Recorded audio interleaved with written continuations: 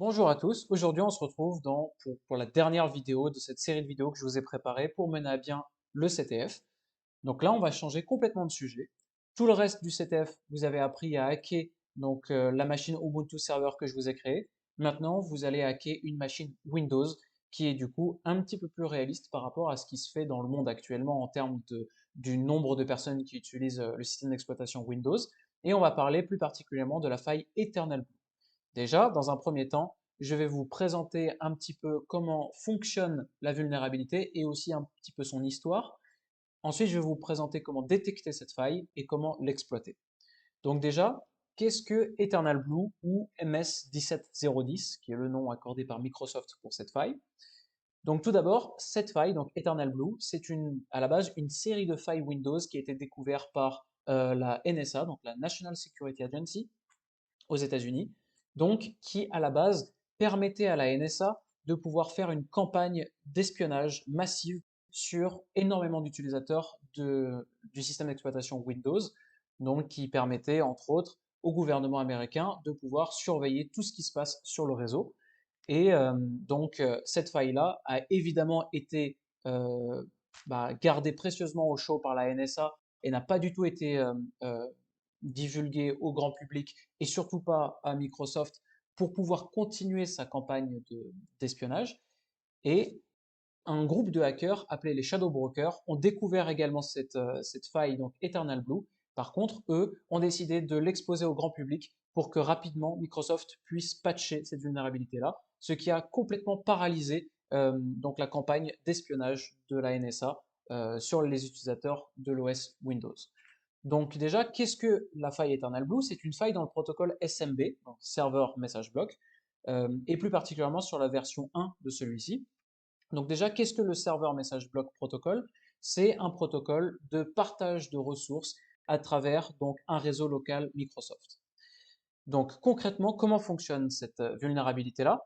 Eh bien, quand on est un attaquant et que on souhaite tirer profit donc de la faille Eternal Blue, ce qu'on fait, c'est que on envoie des paquets corrompus via ce protocole SMB et à travers ces paquets corrompus, on peut soit récupérer des informations confidentielles sur le PC de la victime qui possède cette faille Eternal Blue, ou on peut aussi obtenir un reverse shell sur la machine et avoir plein contrôle sur celle-ci. Et en tout cas, dans le milieu donc de la cybercriminalité, cette faille a été massivement utilisée pour propager des ransomware à travers des réseaux, donc que ce soit des réseaux d'entreprises ou des réseaux d'instances gouvernementales, pour paralyser complètement le réseau. Donc, comment détecter cette vulnérabilité-là? Eh bien, nous, pour la détecter, on va utiliser Nmap et on va utiliser des scripts intégrés de Nmap pour le faire. Donc, je vais vous montrer dans la partie démonstration comment on peut l'effectuer. Et comment on va exploiter la faille? Eh bien, on va utiliser le framework Metasploit qui donc regroupe un énorme panel de vulnérabilités intégrées dedans. Et je vais vous montrer comment l'utiliser pour mener à bien une attaque sur une machine Windows via la faille Eternal Blue. Donc actuellement, donc je vous ai dit que cette faille existe encore dans certaines machines. Et donc la meilleure manière de se protéger de cette faille-là, c'est de mettre à jour régulièrement son système d'exploitation et surtout les mises à jour de sécurité donc Microsoft. Et donc comme alternative à la protection contre cette potentielle faille, eh bien il faut utiliser des antivirus et un pare-feu sécurisé. Maintenant, je vais passer à la partie démonstration pour vous montrer concrètement comment détecter et exploiter cette faille. Donc maintenant, on se retrouve pour la partie détection et exploitation de la vulnérabilité appelée donc Eternal Blue ou MS17010. Donc là, l'avantage de cette partie du CTF, c'est que donc j'utilise une VM qui est fournie par TryHackMe, qui m'autorise à l'utiliser pour créer le CTF. Et l'avantage, c'est que tout le monde peut la lancer sans problème, celle-là, puisqu'elle est pas trop gourmande en ressources. Donc même les personnes qui ne payent pas d'abonnement chez TryHackMe vont pouvoir la lancer, et donc ça va être plutôt parfait par rapport à ça. Donc vous n'avez pas de souci à vous faire. Donc là, donc dans le CTF, vous aurez une petite partie qui sera organisée comme ça, avec un petit bouton Start Machine. Donc vous avez juste à start la machine, attendre que l'adresse IP arrive. Et par contre, avant de faire tout ça aussi, il faut lancer le VPN. Donc une fois que vous aurez téléchargé votre config VPN, eh bien, vous pouvez lancer votre VPN à partir de votre machine Kali, donc de cette manière-là. Donc, il faut d'abord être root, ensuite vous vous mettez dans votre répertoire où il y a votre VPN, et vous lancez votre VPN. Donc, une fois que vous êtes connecté au VPN, vous allez pouvoir avoir accès en fait à la machine que vous allez attaquer. Donc là, on attend qu'elle arrive, on attend que l'adresse IP donc, de la machine victime, donc la machine Windows arrive, et pendant ce temps-là, j'ai préparé deux petits terminaux, donc un terminal qui va servir à la détection de vulnérabilité, et l'autre qui va servir à l'exploitation de la vulnérabilité. Donc la partie exploitation de la vulnérabilité, on a vu dans la partie théorique qu'on utilisait donc un framework qui s'appelle Metasploit Framework. Donc pendant ce temps-là, on va le lancer. Donc pour lancer Metasploit Framework, il faut taper la commande msf console. Une fois que vous l'avez lancé, vous attendez que ça démarre, et après, Metasploit sera opérationnel. Donc là, entre-temps, il y a l'adresse IP de la machine qui est apparue. Donc on la copie, hop, on va se mettre le deuxième bout là. Là, on va faire un petit scan basique de la machine donc qu'on attaque pour voir à peu près à quoi elle ressemble à l'intérieur.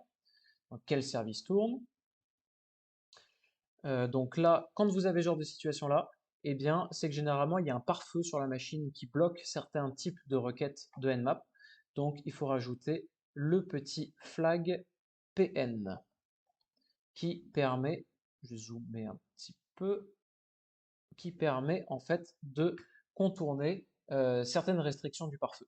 Donc là, vous voyez que donc, tous les ports qui tournent sur la machine sont ceux-ci. Après, n'oubliez pas aussi que eh bien, si vraiment on veut être sûr qu'il n'y a vraiment pas que ces ports-là qui tournent, eh bien, vous pouvez taper toujours la requête donc "-p" qui permet de scanner tous les ports, et après vous mettez donc "-pn" et l'adresse IP de la machine. Là, je vais pas le faire parce que c'est un petit peu long, mais en tout cas, c'est un petit conseil pour vous aider à répondre un petit peu aux questions que je vous ai posées. Bref, donc là maintenant, ce qu'on va faire, c'est la détection de vulnérabilité sur cette machine-là. Donc qu'est-ce qu'on va faire? Eh bien, on va utiliser un script de Nmap qui permet de détecter des vulnérabilités. Donc là, on rajoute le flag PN pour éviter de se faire avoir par le firewall, et on va rajouter le petit flag, donc script est égal à vuln, qui est un script de Nmap qui permet de détecter les vulnérabilités donc dans les ports, donc dans les services qui tournent, par contre basés sur leur version. Donc là, c'est parce qu'il y a une ancienne version d'un serveur, enfin en tout cas du serveur SMB, qui va faire que ça va trigger Nmap et qui va nous dire qu'il y a telle ou telle vulnérabilité dedans. Et là, on va mettre l'adresse IP de la victime, donc du PC Windows. On attend quelques instants et on va voir donc à quoi est vulnérable la machine. Donc là, après avoir analysé la vulnérabilité donc grâce à Nmap, eh ben, qu'est-ce qu'on peut observer? Eh bien, on peut observer que le serveur possède donc déjà la machine possède un Microsoft SMB V1 comme serveur, donc exactement celui que je vous ai présenté dans la partie théorique. Et à quoi il est vulnérable? Eh ben, il est vulnérable au MS17010, donc la fameuse faille Eternal Blue. Donc là, ça y est, on est sûr que notre donc machine victime est vulnérable, d'ailleurs on le voit ici, donc est vulnérable à Eternal Blue. Donc là maintenant, qu'est-ce qu'on va faire? Eh bien on va exploiter cette vulnérabilité-là grâce à Metasploit. Donc là, on va aller sur notre terminal de Metasploit.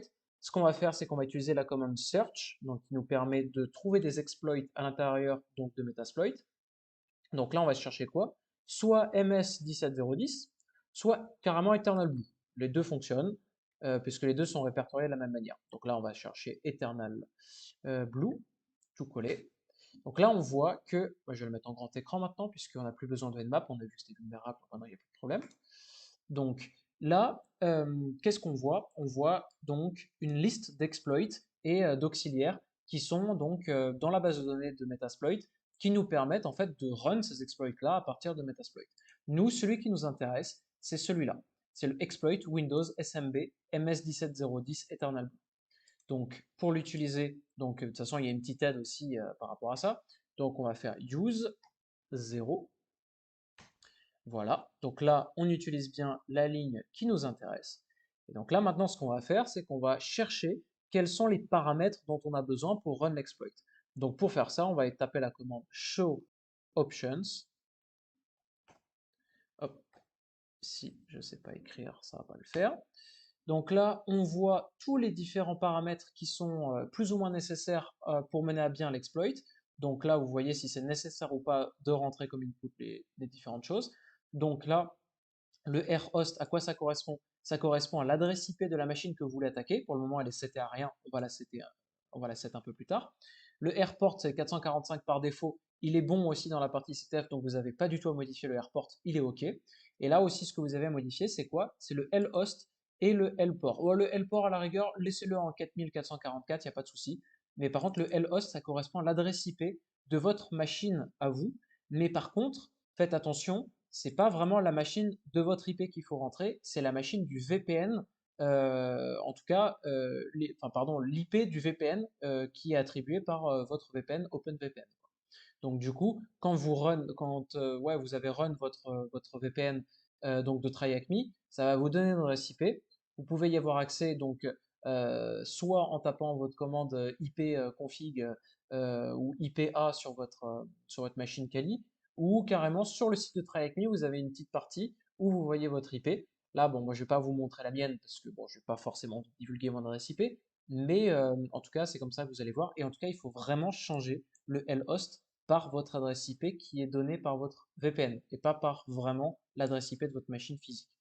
Donc là, on va commencer par set l'adresse IP de la machine que vous attaquez, donc le rhost, donc l'adresse IP de la machine, elle est là. Donc là, c'est copié. Je vais aller dans le terminal, pas celui-là visiblement, celui-là. Hop, voilà. Et on va set aussi le lhost, donc la fameuse adresse IP qui correspond à celui de votre VPN. Si vous ne faites pas correctement cette partie-là, l'exploit ne va pas pouvoir se mener correctement. Donc, voilà.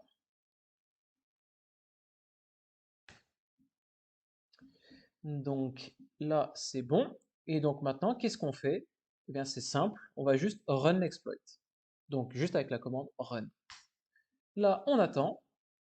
Ça va injecter les fameux paquets corrompus que je vous ai parlé dans la partie théorique. Là, on sait, donc vous savez à peu près ce qui se passe théoriquement quand vous lancez l'exploit, et vous attendez que ce soit mené à bien.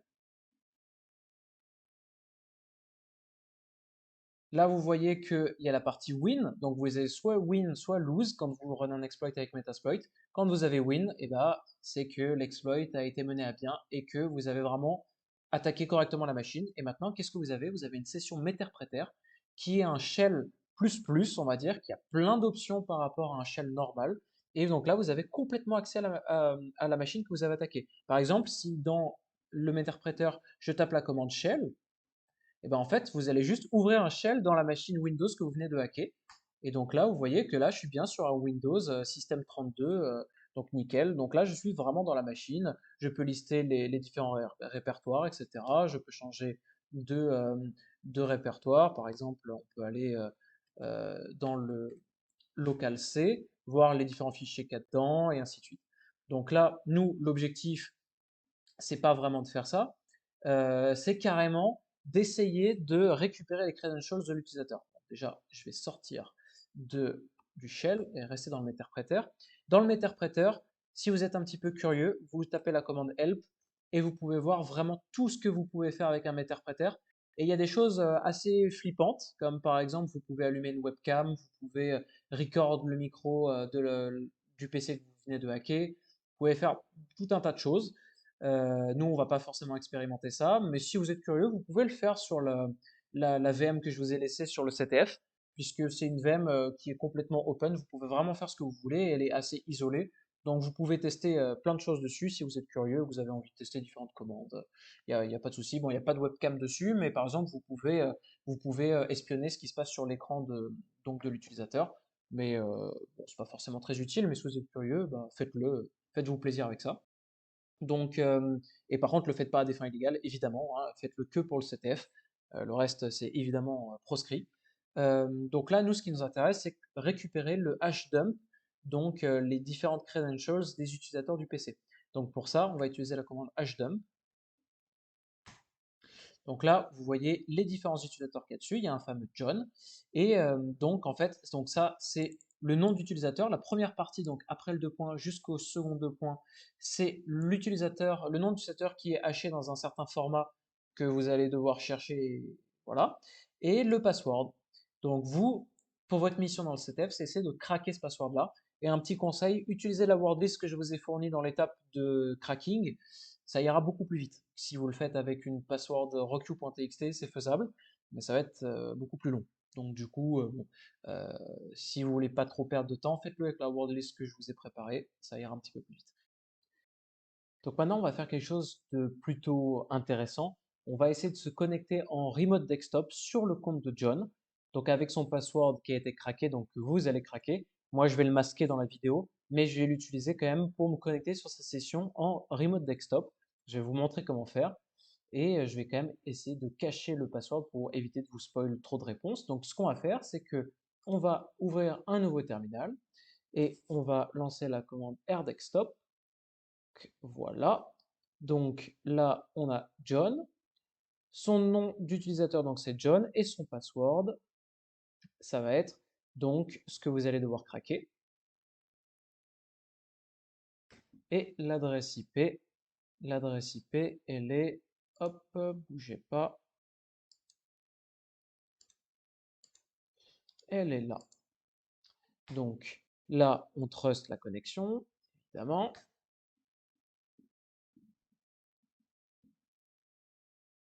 Et là, normalement, voilà, on va pouvoir se connecter en remote desktop. Donc là, vous avez carrément le PC de John qui est donc complètement utilisable comme ça. Vous avez l'interface graphique Windows. Donc là, vous avez complètement hacké la machine Windows et vous avez complètement accès donc via une remote connection.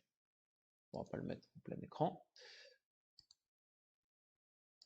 Là, si ça bug comme ça va pas le faire. Mais voilà, donc là vous avez vraiment le PC de John avec ses documents et ainsi de suite. Donc tout est accessible. Donc voilà. Donc là vous avez donc dans un premier temps découvert la vulnérabilité donc sur une machine Windows grâce à Nmap et vous avez exploité cette vulnérabilité là en utilisant Metasploit Framework et vous avez même concrétisé cet exploit là en vous connectant en remote desktop sur la session de John.